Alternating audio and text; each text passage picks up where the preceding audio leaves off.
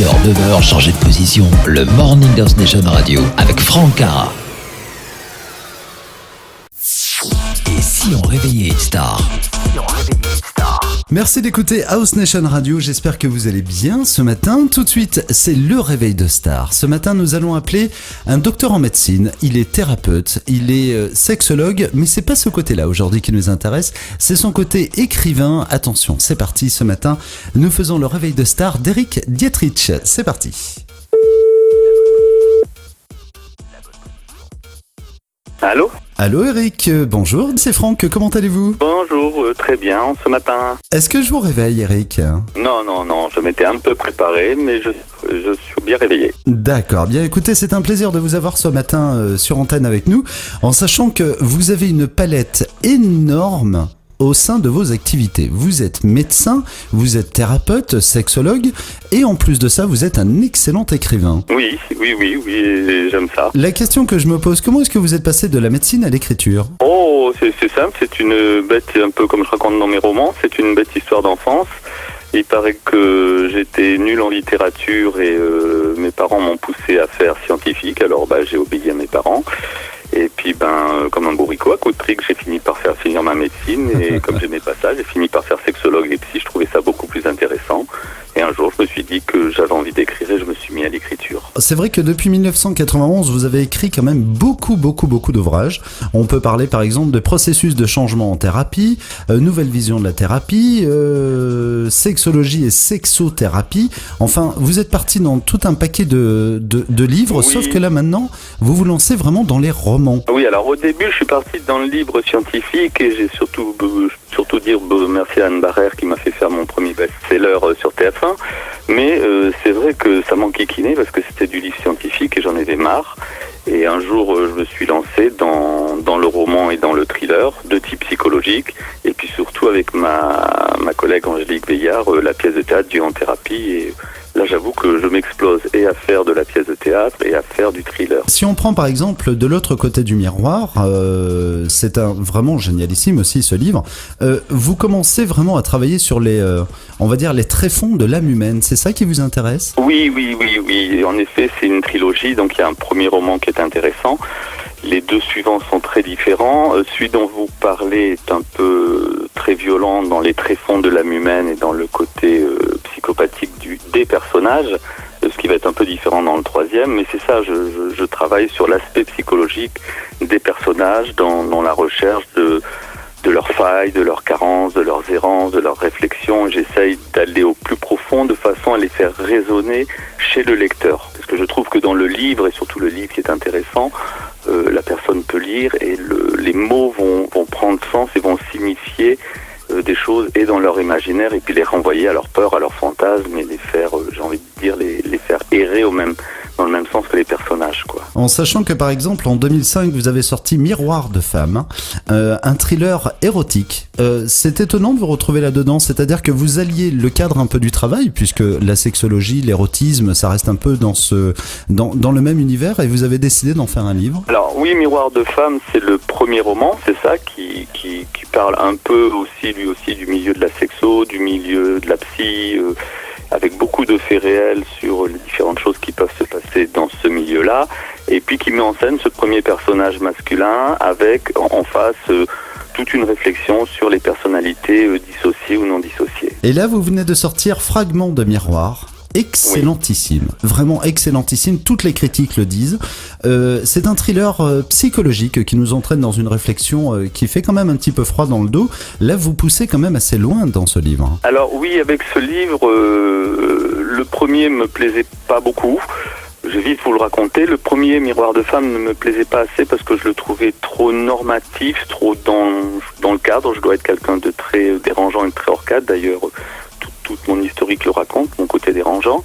Le deuxième, je l'ai voulu plus, j'ai envie de dire, plus violent, plus sonore dans l'évolution un peu psychopathique du personnage.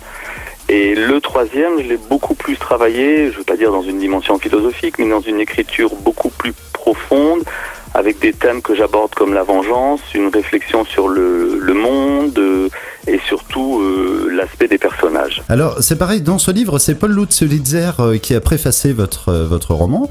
J'aime beaucoup une phrase qu'il dit. Dessus, il marque il y a selon, donc j'insiste bien, selon Paul Lutz-Litzer, 3 recettes miracles pour faire un bon roman. Le suspense, l'évasion et le caractère réel de l'histoire. Est-ce que vous pensez que votre dernier roman contienne justement ces 3 éléments ? Oui, alors j'ai beaucoup aimé la rencontre avec Paul Lutz-Litzer.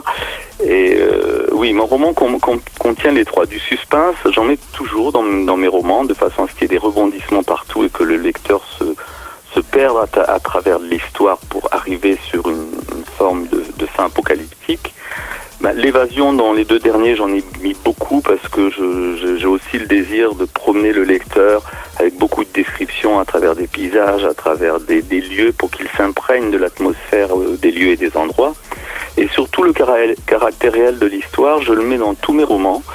Je le mets partout parce que je trouve que c'est très important de travailler sur des faits réels, même si les faits réels sont parcellaires et l'histoire n'est pas une histoire qui en elle-même raconte un fait réel du début à la fin, mais utilise partout des faits qui sont réels pour essayer de montrer quand même aux gens, et j'ai envie de dire pour essayer de montrer à une population un peu endormie par une télévision et des informations un peu lobotomisantes, pour montrer aux gens qu'il y a un monde qui les entoure, qui n'est pas un monde des bisounours, c'est qu'il y a un monde où se passent des choses réelles et des fois parfaitement atroces. Voilà pourquoi je mets toujours de la réalité dans mes romans. Dans ces cas-là, je pousserai un petit peu plus en amont en vous disant quel type de recherche vous avez effectué pour ce livre, parce qu'on voit que vous avez énormément cherché, énormément gratté en fait. Alors j'ai dans des livres auparavant, j'ai beaucoup travaillé avec des journalistes. Il y a un livre où j'ai travaillé avec une journaliste qui est aussi Censure et répression. Si vous avez vu mon histoire de vie, j'ai été beaucoup attaqué, condamné parce que je dis des choses de la vie de tous les jours et des choses qui dérangent. Et en effet, j'ai beaucoup enquêté dans plein de domaines dans ma vie, aidé par des journalistes, et ça m'a permis comme ça d'obtenir un ensemble d'informations intéressantes que je mets dans mes livres sous une forme romancée. Et je crois que dans un de mes livres, je dis souvent que les livres sont le reflet de quelque chose qui est beaucoup plus sordide dans la réalité. Donc quelque part, ça reste un petit peu autobiographique. Alors alors à chaque fois on me pose cette question. Il y a une côté, bien sûr qu'il y a un côté autobiographique, je pense. Enfin, moi je peux me permettre de le dire parce que c'est mon opinion, puis j'en ai discuté avec d'autres écrivains. Je pense que les écrivains, on est tous un petit peu des voleurs de quelque chose, de vie des autres et de ce qui se passe autour de nous, mais on parle aussi quelque part de nous-mêmes dans du roman de science-fiction, on parle tous un peu de nous, et oui, il y a un côté un petit peu autobiographique par moment. Et par la suite, vous avez prévu de rester dans ce type de roman, ou vous avez prévu de partir sur d'autres, on va dire sur d'autres voies ? Est-ce que vous allez rester vraiment dans le thriller, dans le roman pur ? Alors, si ça marche, et j'espère que ça va marcher, j'ai déjà envie d'écrire le tome 4 qui est déjà presque écrit, et j'ai envie de rester dans ce type de thriller. Et la deuxième grande voie que je prends, c'est celle que je prends avec Angélique Liard, avec qui on a écrit Dieu en thérapie, c'est de faire des pièces de théâtre, où là aussi, on a une façon d'écrire qui est très humoristique, très décoiffante, décapante, et qui en même temps montre, pareil, des pans de la réalité, là, dans Dieu en thérapie, du monde de la psychothérapie, et ainsi de suite. Donc oui, j'ai envie, si ça marche, de rester dans l'écriture et de me consacrer de plus en plus à l'écriture. Et vous avez prévu de monter sur scène ou pas ? Non. Alors non. Moi, surtout pas. Je suis plus quelqu'un qui a envie d'écrire, de dire, éventuellement de mettre en scène ou d'aider à de la mise en scène. Mais non, je ne me vois pas me vois absolument pas sur scène. Par contre, à travers les mots, à travers ce que je peux exprimer une forme de, à la fois j'ai envie de dire de rébellion et de secouer le monde pour leur dire mais ouvrez les yeux et regardez ce qu'il y a autour de vous. Oui, ça j'aime bien. Oui, on ressent votre côté un petit peu révolutionnaire quelque part. Oui, ça c'est pour ça que j'ai utilisé le mot de rebelle révolutionnaire. Je pense qu'un écrivain, soit il est, c'est comme les médecins et les thérapeutes et les sexologues, soit on est et les journalistes, certains journalistes aussi, soit on est inféodé à un système, on obéit gentiment, on écrit du socialement correct et on balance du socialement correct. Bon, moi c'est pas mon truc, je suis pas là pour les lobotomiser encore plus. J'ai surtout envie de mener une petite révolution littéraire en disant mais voilà, on peut écrire autrement, on peut dire des choses autrement et on n'est pas obligé d'être dans du socialement correct pour faire de la belle écriture. Eh bien, en tout cas, ça marche bien, puisque vos romans se vendent très bien. En tout cas, un grand bravo, Dr Dietrich. Merci d'avoir été notre réveil de star ce matin. Donc, je rappelle que Fragment de Miroir est disponible absolument partout.